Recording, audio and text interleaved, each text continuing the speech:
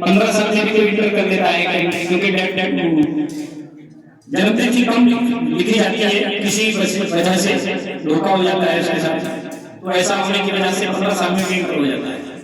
अगर आपको medical line में आगे बढ़ना है तो पहली शर्त यही है कि आपकी उम्र 17 साल होनी चाहिए और आपका इंटर बायो ग्रुप से होना चाहिए। बायोलॉजी से आप इंटर करेंगे, उसके बाद में नीट का एग्जाम फॉर्म निकलता है, वो आपको फिल करना होगा, उसकी फिर एग्जाम की डेट आती है और जो उसको क्वालिफाई करेगा वो एमबीबीएस डॉक्टर बनेगा। नीट का एग्जाम पास करना इतना आसान नहीं है, बहुत टिपिकल है, लेकिन टिपिकल उसके लिए है जो उसको टिपिकल समझ करके डरता रहे।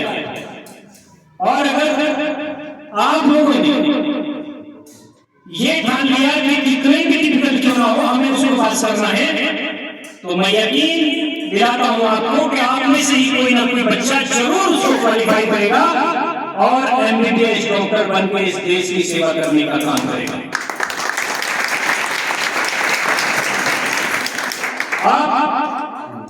अगर कोई बच्चा इस काबिल नहीं है कि हम एमबीबीएस डॉक्टर नहीं बन सकते, तो अब और बहुत सारे कोर्स हैं जो मेडिकल डिपार्टमेंट के माध्यम से आप लोग इस देश की सेवा कर सकते हैं। लड़कियों के लिए सबसे पहला एएनएम का कोर्स सबसे आसान, उसके बाद जीएनएम नर्सिंग, उसके बाद बीएससी नर्सिंग और आगे बढ़ोगे डेंटल सर्जन। लेकिन डेंटल सर्जन के लिए भी आपको और बीएससी नर्सिंग के लिए भी आपको नीट में बैठना होगा और उसकी जो एक पासिंग मार्क होती है वो आपको डाली होगी। जब आप बीएससी नर्सिंग कर सकते हैं या बीडीएस बन सकते हैं, इसके लिए आपको नीट के एग्जाम में बैठना बहुत जरूरी है।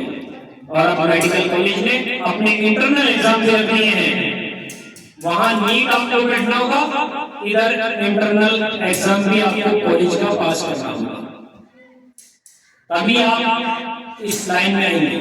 लड़कों के लिए भी बहुत सारी लाइन है। अगर आप लोग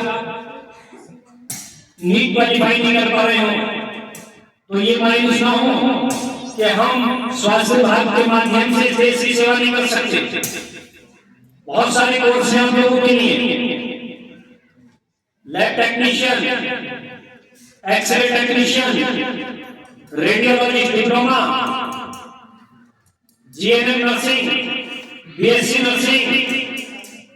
बीएससी नर्सिंग करने के बाद हमारे स्वास्थ्य विभाग में बहुत सारे बच्चों की अभी 2-3 साल पहले पोस्टिंग हुई है सीएचओ के पद पर, जो आपके यहाँ पे लोहारी खादर में सेंटर है सीएचओ का, आयुष्मान आरोग्य मंत्र के नाम से, वहां पर सीएचओ बैठते हैं।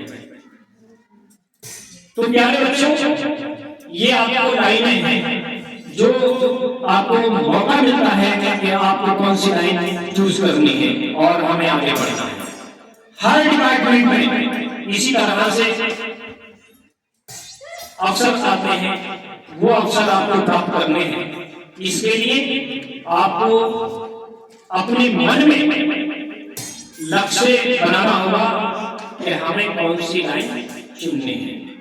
हम वकील बने, टीचर बने या डॉक्टर बने, जो भी, या पुलिस लाइन में जाए या और बड़े प्रशासनिक अधिकारी बने, आईएएस, पीसीएस, ये आप लोगों के हाथ में है। आप लोगों को टारगेट बनाना होगा और उस टारगेट को बनाने के साथ ये मन में ठानना होगा कि इसको हमें हर हाल में हासिल करना है। तो मैं मानता हूँ, उम्मीद करता हूँ कि अगर आप लोगों ने दृढ़ निश्चय के साथ ये ठान लिया कि हम इस टारगेट को जरूर प्राप्त करेंगे, तो जरूर आप आने वाले समय में, क्योंकि आप इस देश का भविष्य हैं, जरूर उस टारगेट तक पहुंचने का काम करेंगे। मैं इन्हीं बातों के साथ अपनी बात को खत्म करता हूँ। बहुत बहुत धन्यवाद, शुक्रिया।